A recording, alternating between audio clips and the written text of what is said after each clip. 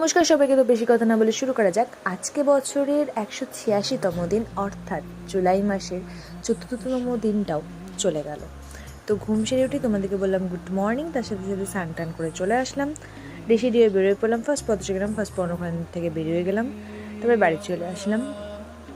এই যে নিয়ে আসছিলেন হাসতে টাসতে, যাই হোক। তারপরে ফ্রেশ ট্রেশ হয়ে চলে গেলাম ঠাকুর ঘরে, ঠাকুরের পোশাক পরে নিলাম, ফুলের থালাটা আমার মতো সাজিয়ে নিলাম। ঠাকুর এই প্রদীপটা আমি জ্বালিয়ে নিলাম, এত সুন্দর লাগে এই প্রদীপটা জ্বালাতে। তবে ঠাকুরদের পুজো আমি কমপ্লিট করে নিলাম, আবার রেডি হয়ে বেরোয় পড়লাম।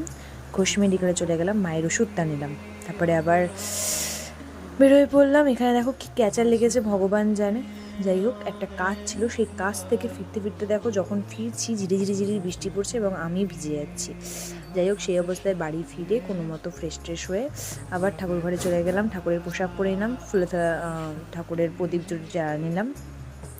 তারপরে ঠাকুরদেরকে খেতে টেতে দিয়ে স্বয়ং টয়ং দিয়ে দিলাম, বাসি ফুলগুলো সরিয়ে নিলাম। তারপরে আবার বাড়ি থেকে বেরিয়ে পড়লাম, 3 নম্বর চলে গেলাম, 3 নম্বর ওখান থেকেও বেরিয়ে গেলাম।